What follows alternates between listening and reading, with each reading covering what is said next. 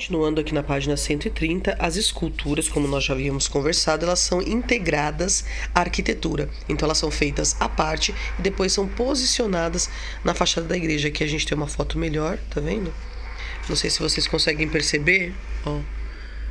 Quer ver? Não, essa foto aqui não é legal. Essa daqui, ó. Vocês percebam, são os 12 apóstolos, tá vendo? Aí aqui nós temos essa foto melhor, mais aproximada. Então são esculturas feitas em ateliês, em outros locais, e depois elas são colocadas na fachada da igreja, tá? Então as esculturas do período gótico estavam em grande parte associadas à arquitetura, ou seja, inseridas, né? São feitas à parte e depois colocadas na igreja. Os escultores buscavam dar um aspecto real e humano às figuras retratadas, muito embora, por questões relacionadas ao próprio estilo, eles também priorizassem a verticalidade e o alongamento das formas para o alto, o que às vezes era feito até de maneira exagerada. Então ficava aquelas pessoas de 3 metros de altura, né? Que foge da realidade. Continuando.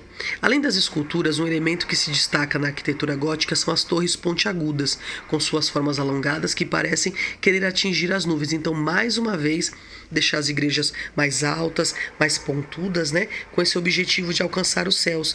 Que as suas orações e todo o pensamento fosse para Deus, fosse para o céu. Então, na escultura e na arquitetura, eles vão buscar ter essa representatividade para que as pessoas sempre estivessem olhando para o alto e para cima, sempre buscando as coisas do alto, né? Aqui a gente tem um exemplo de um vitral gótico maravilhoso, muito bonito, da igreja de Notre-Dame de la Belle. As igrejas góticas foram se tornando cada vez mais altas ao longo do período gótico, que é chamado de verticalismo, né? Em contraposição ao horizontalismo das igrejas românicas, que eram mais largas, né? E mais baixas. Até por conta do peso também. Aqui, ó, vocês vão ter aqui uma construção, né? Ó, percebam as escadinhas aqui? Eles estão construindo as igrejas góticas. Olha como ela é gigante, dá pra ver essa profundidade aqui, ó, como são grandes. Olha o tamanho dessas portas em relação às pessoas. As pessoas pequenininhas, olha o tamanho das portas. Porque a ideia realmente era como se Deus fosse visitar, né, as pessoas. Então tem que ser umas portas gigantescas, que eles tinham as ideias de Deus ser gigante. Ó, rosácea, tá bom? Aí vamos falar agora sim a gente vai ter uma diferença entre arquitetura românica versus arquitetura gótica. Então como é que a gente vai ter? Na românica vão ser principalmente igrejas e mosteiros. Por quê? Qual a diferença dos mosteiros? Que nos mosteiros ficam os monges e freiras estudando para ser padres, tá? Aqui, principalmente catedral em geral só recebe as missas acontecem nessas catedrais, tá? Vai ter o arco de volta plena na românica. Já aqui vai ter os arcos ogivais, que a gente tinha conversado, que é aqueles que são mais pontiagudos, tá? Na românica, paredes mais grossas, por conta das guerras, agora paredes mais finas. Na românica, pilares de grande diâmetro, agora pilares mais finos, ou só feixes ou compostos. Poucas janelas, na arte românica vão ter poucas janelas, na gótica, grandes janelas e presença dos vitrais. Na românica vai ter abóbada de berço e de arestas. Aqui já vai ter abóbadas em cruzaria de ogivas, com aquelas nervuras, né, que eu falei para vocês, que são aquelas linhas de cimento para reforçar.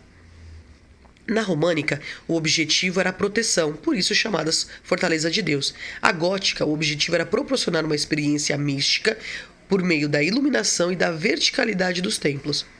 Na românica, há o predomínio da horizontalidade e na gótica o predomínio da verticalidade, que foi o que nós tínhamos conversado. A ideia era que as pessoas aprendessem com os vitrais, ou aqui nós temos alguns exemplos, né? Que elas aprendessem, entendessem as histórias de Deus com os vitrais, não é isso? E que as igrejas fossem mais e que ficasse mais convidativa para os fiéis, tá bom? Aqui a gente vai explorar um pouco mais sobre os vitrais, ó. Vitrais gótico, luzes e história por meio de vidros coloridos. O vitral é um tipo de vidraça composta de pedaços de vidros coloridos. que realmente representa cenas ou personagens. Então eles vêm, através dos vitrais, contar a história de Deus, né? As passagens bíblicas, ó. E a passagem da luz, através do vidro, criava uma atmosfera mística no ambiente das igrejas. Imagina uma igreja com bastante vitrais, tanto na frente quanto nas laterais. Quando a luz solar bate, ilumina, a igreja vai ficar muito colorida. Então, você se sente acolhido, é um ambiente divertido, um ambiente acolhedor. Então as pessoas se sentiam muito bem lá dentro. Então a ideia agora é fazer com que as pessoas queiram estar nas igrejas, né? Queiram vivenciar mais realmente a palavra de Deus. Alguns relatos dizem também que muitos acreditavam que quando a luz solar passava pelo vitral, era como se o próprio Deus estivesse ali presente, né? Naquele momento de oração, enfim. Então, ó, mas nem tudo era tão sagrado assim. Há histórias e polêmicas, como sempre há, ok? Como sempre acontece. Ó, os vitrais medievais, as artes criadas para os vitrais eram pensadas em apenas 2 dimensões, ou seja, era 2D, não tinha tridimensionalidade. A ilusão de volume e perspectiva não era possível nesse caso, pois os desenhos eram atravessados pela luz e não iluminados pela luz ambiente. Para a criação de um vitral, o pintor fazia um esboço de um desenho a ser aplicado em cima do vidro. Enquanto isto, diversas sessões de aquecimento preparavam o vidro para assumir as formas e a coloração da arte, né? Então, um processo demorado, um processo longo, que inclusive nós estamos fazendo e realizando, né? Nós começamos em sala, infelizmente não deu para terminar. Espero que quando a gente retorne, a gente consiga terminar. Vocês vão ver que o trabalho fica muito bonito, fica muito bacana, ok?